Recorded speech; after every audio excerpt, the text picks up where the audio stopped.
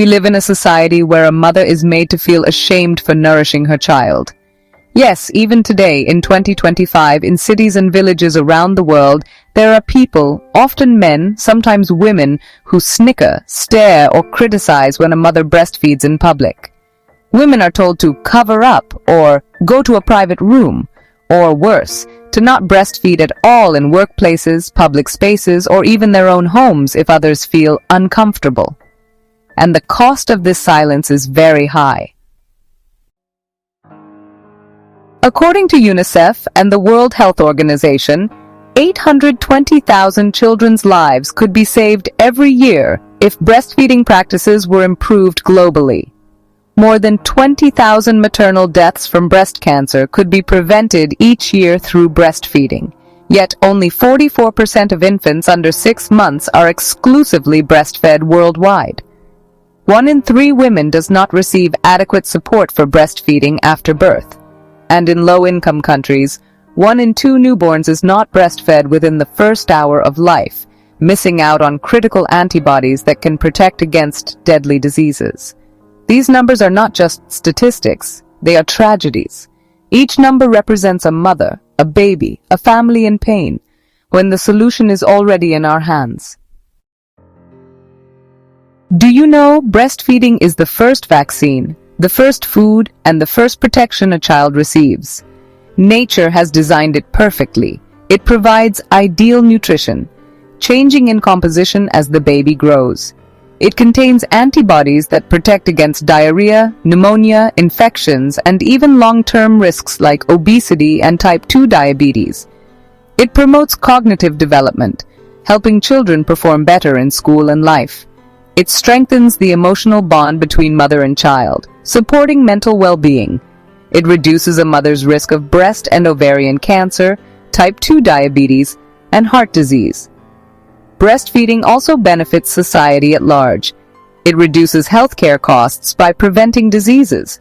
It lowers the environmental impact compared to formula feeding, which requires manufacturing, packaging, shipping, and disposal.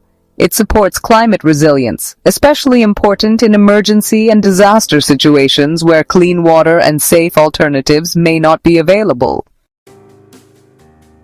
In a world that prides itself on progress and innovation, it is ironic that something as natural, essential, and life-giving as breastfeeding still faces shame, stigma, and silence.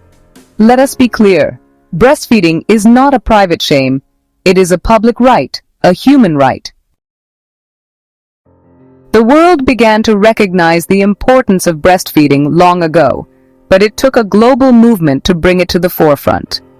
In 1981, the World Health Assembly, under the United Nations guidance, adopted the International Code of Marketing of Breast Milk Substitutes.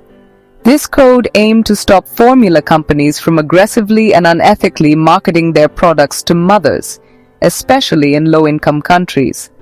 But even today, many nations have not fully implemented or enforced this code. In 1990, the Innocenti Declaration by Dou You Know and UNICEF called on governments to protect, promote, and support breastfeeding. This declaration laid the foundation for global breastfeeding policies. In 1992, World Breastfeeding Week was launched and is now celebrated in more than 170 countries. Each year, it shines a light on a different aspect of breastfeeding, from health to women's rights to sustainability.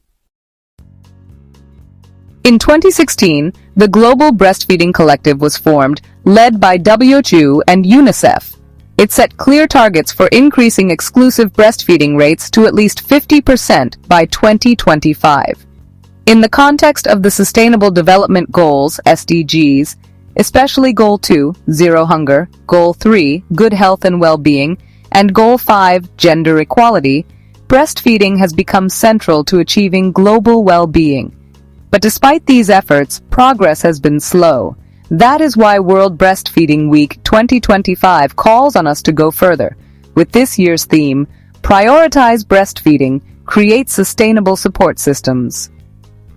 This is not just a slogan, it is a challenge to every government, every hospital, every workplace, and every home. To truly support breastfeeding, we must build systems that last, systems that protect every mother, no matter where she lives or works. Governments must provide paid maternity leave and breastfeeding breaks in all jobs, public and private. Enforce the International Code of Marketing of Breast Milk Substitutes. Allocate dedicated funding for breastfeeding promotion and education. Include breastfeeding in national health, climate, and gender equality strategies. Healthcare systems must ensure every birth facility follows the baby-friendly hospital initiative. Train all health workers in up-to-date breastfeeding counseling.